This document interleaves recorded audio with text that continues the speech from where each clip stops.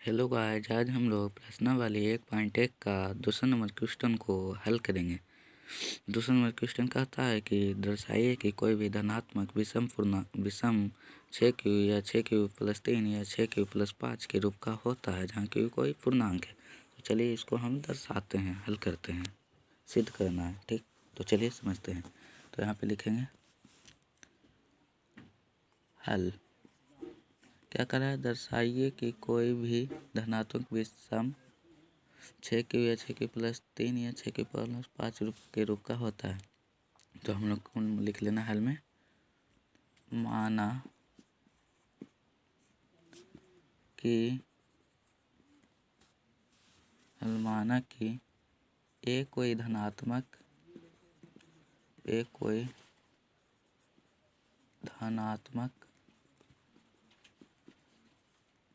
विषम पूर्णांक है। विषम पूर्णांक है तथा b बराबर इसको लिख देना, तथा b बराबर 6, इधर भी 6 इधर, तथा b बराबर 6 है। ठीक, ना लिख देना है हल माना कि कोई धनात्मक विषम पूर्णांक है तथा b बराबर 6 है। तो अब लिखेंगे यहाँ पे यूक्लिड विभाजन परिमेयका से, यूक्लिड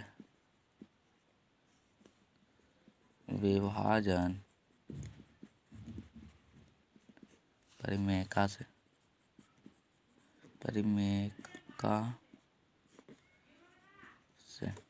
यूक्लिड विभाजन परिमेयका से। यूक्लिड परिमेयका का फॉर्मूला क्या कहता है, ए बराबर B into Q plus R. यही कहता है जहाँ 0 greater than and equal to R greater than B, यानी 0 से बड़ा आर हो सकता है और बराबर भी हो सकता है दोनों आपस में, लेकिन आर और 0 से बड़ा हमेशा बी रहता है। ठीक, समझे। तो ए बराबर बी कितना है 6, यही उतार देंगे। ठीक, 6q प्लस 1 कॉमा दे देते हैं, 6q प्लस 3 और कितना है याद लिख के 6q प्लस 5, फिर जहाँ यही लिखेंगे 0 greater than and equal to R greater than B. ठीक, फिर यहाँ पे लिखेंगे आर का संभावित शेषफल,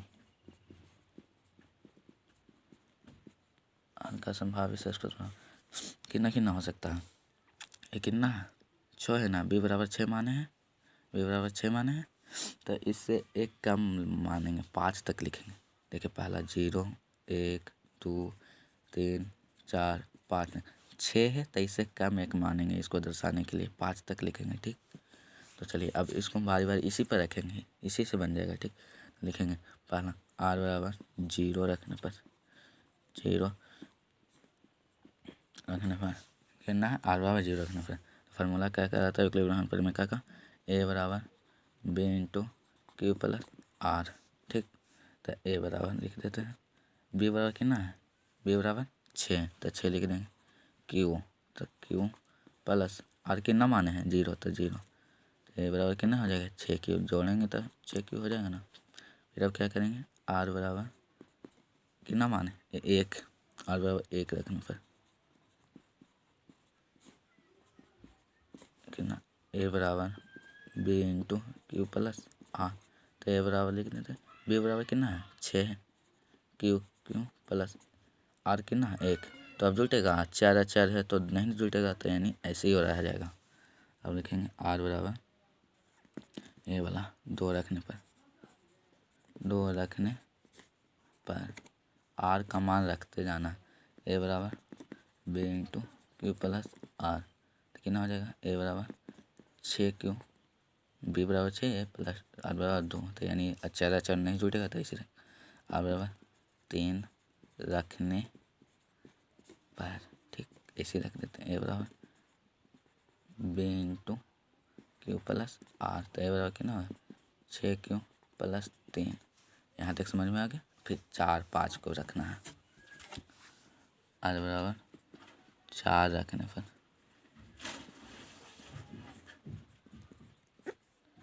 a बराबर b into Q plus r। तो a बराबर कितना था, b बराबर 6, क्यू प्लस 4 हो गया, इतनी रह जाएगा। r बराबर 5 रखते हैं, 5 रखने पर a बराबर b into Q plus r।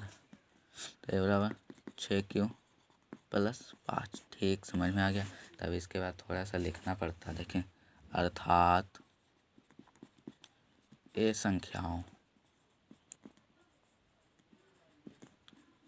देखिए ए का मान अलग अलग आया है। यहाँ पे ए का मान 6 क्यू प्लस 5 आया है, यहाँ पे ए का मान 6 क्यू प्लस 4 आया है, इधर ए का मान 6 क्यू प्लस 3, फिर इधर ए का मान 6 क्यू प्लस 2, फिर यहाँ ए का मान 6 क्यू प्लस 1, यहाँ पे ए का मान 6 क्यू है। तो इसको लिखेंगे, अर्थात ए संख्याओं 6 क्यू पहला था, फिर 6 क्यू प्लस 1 था, फिर 6 क्यू प्लस 2 था, फिर है ना, फिर 6 क्यू प्लस 3 था, फिर 6 क्यू प्लस 4 था, फिर या लिख देते, फिर एक को 6 क्यू प्लस 5 था। इतना के रूप का हो सकता है, 6 क्यू प्लस इतना के रूप का हो सकता है, जहाँ क्यू क्या है, जहाँ क्यू कोई क्या है, भागफल है, जहाँ क्यू कोई भागफल है, चूँकि ए एक विषम पूर्णांक है, ए एक विषम पूर्णांक है,